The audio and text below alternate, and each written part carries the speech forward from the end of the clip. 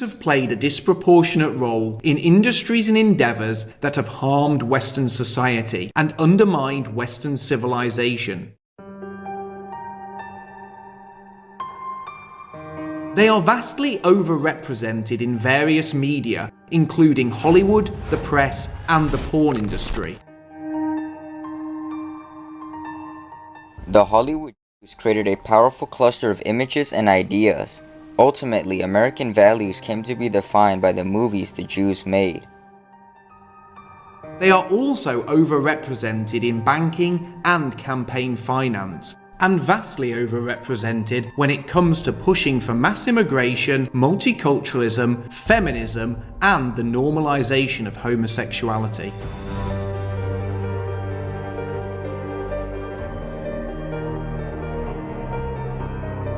There is a special antagonism between the Talmud and Jesus. The Talmud attacks him everywhere it can, even his mother. Mary, the Talmud says, was a who mated with carpenters. She who was the descendant of princes and governors played the harlot with carpenters. It naturally followed that the scribes declared Christ to be a The Talmud also says he is now in hell, punished with boiling hot excrement.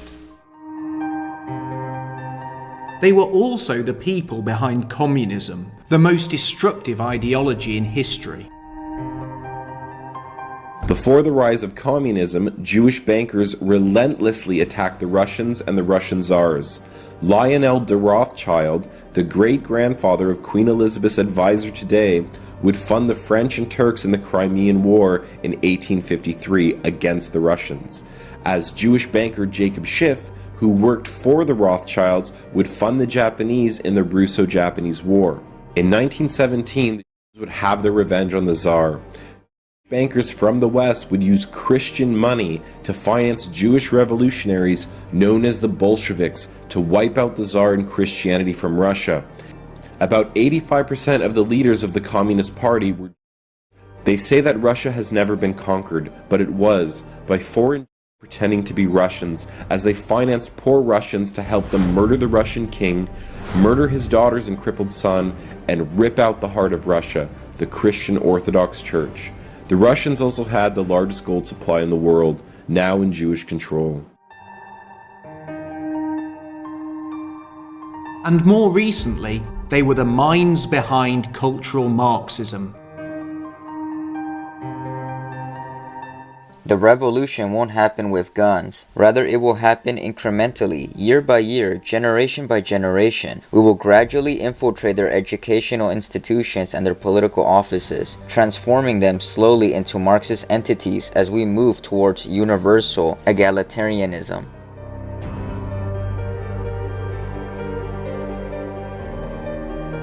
They also distort Western foreign policy by constantly lobbying for wars in the Middle East and for hostility towards Russia. Meet Mikhail Khodorkovsky, Vladimir Putin's oldest enemy. He was the richest man in Russia until Putin sent him to jail for 10 years.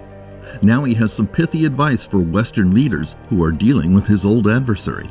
Mikhail Khodorkovsky is and an enemy to Christian Russia.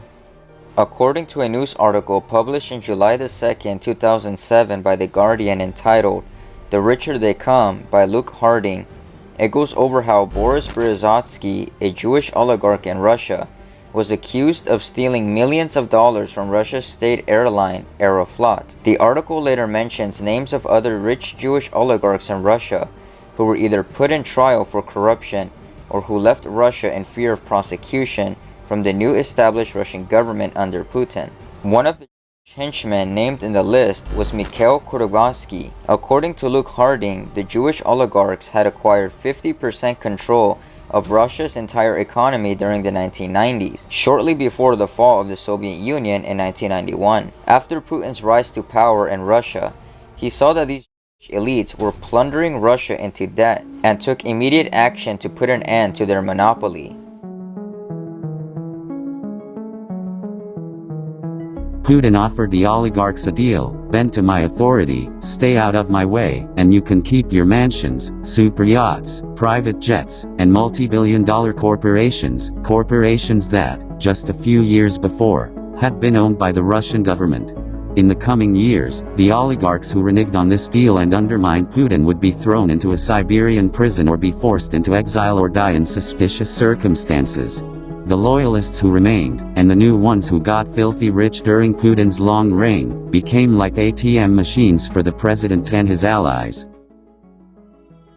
This debunks the idea that Putin is controlled by the Illuminati Jews and that he is indeed the good guy in this phony Ukraine war. Putin has publicly made it clear that Orthodox Christianity is the foundation of Russian virtues, and he has also made it clear that democratic and so-called liberal ideas are not to be allowed in Russian society. This is why the Illuminati that control our Western governments vilify and hate Russia so much, because they know Vladimir Putin is not going along with their playbook of communist globalism.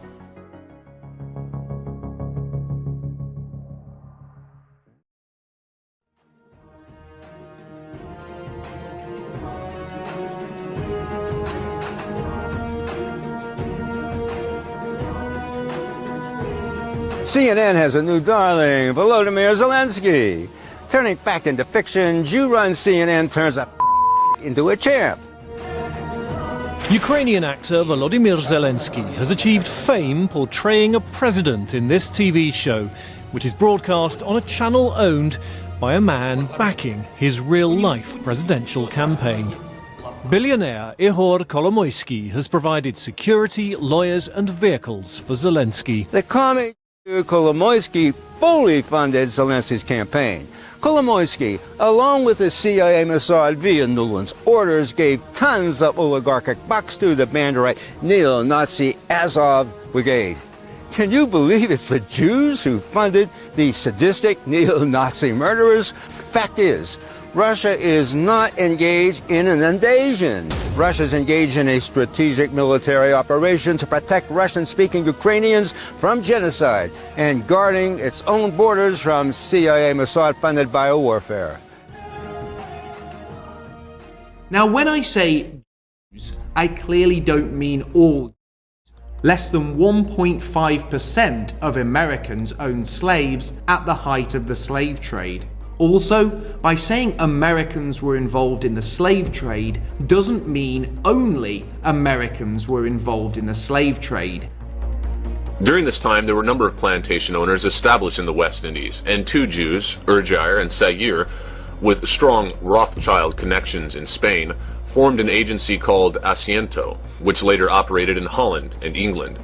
It was through these connections that Jews in Holland and England exerted influence, and both of these connections cooperated in helping the Jews provide black slaves for the colonists, and correspondents to the ship's captains, who were about 15% Jews, living in Newport.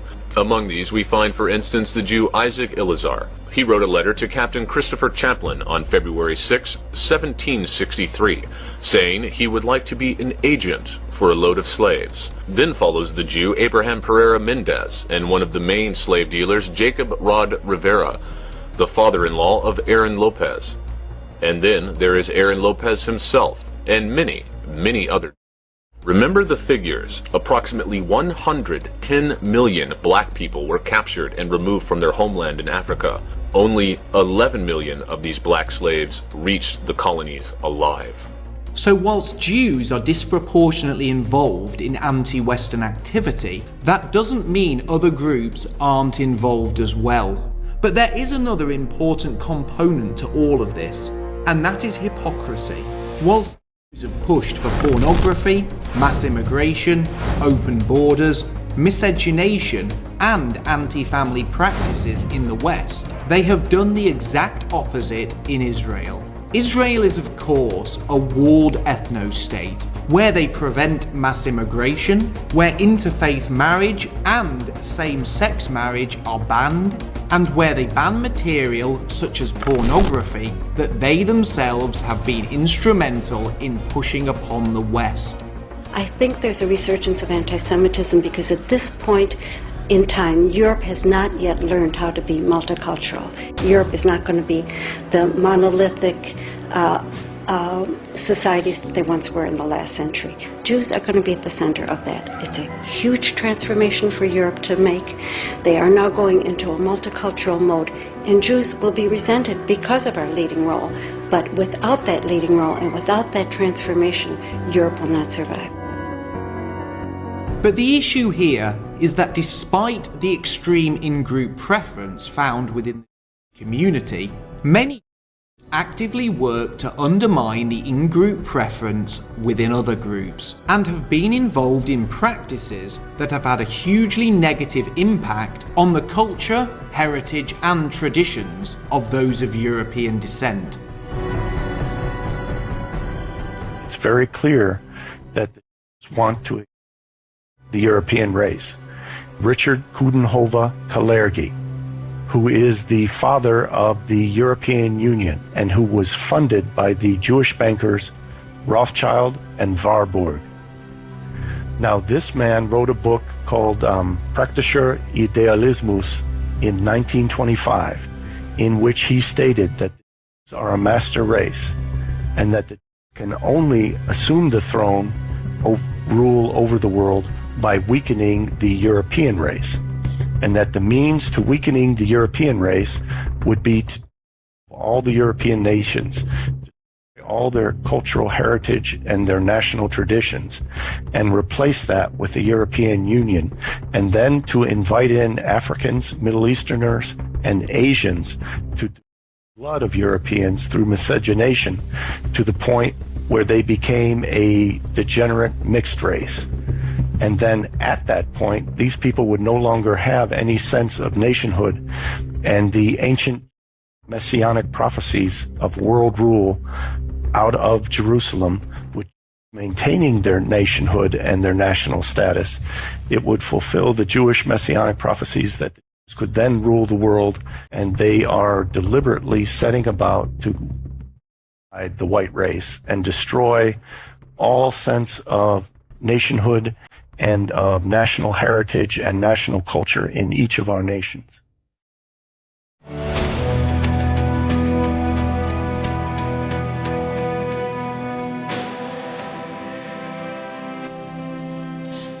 Seek ye the truth, and the truth will make you free, and nothing else will do it. Jesus Christ has never lied to anybody.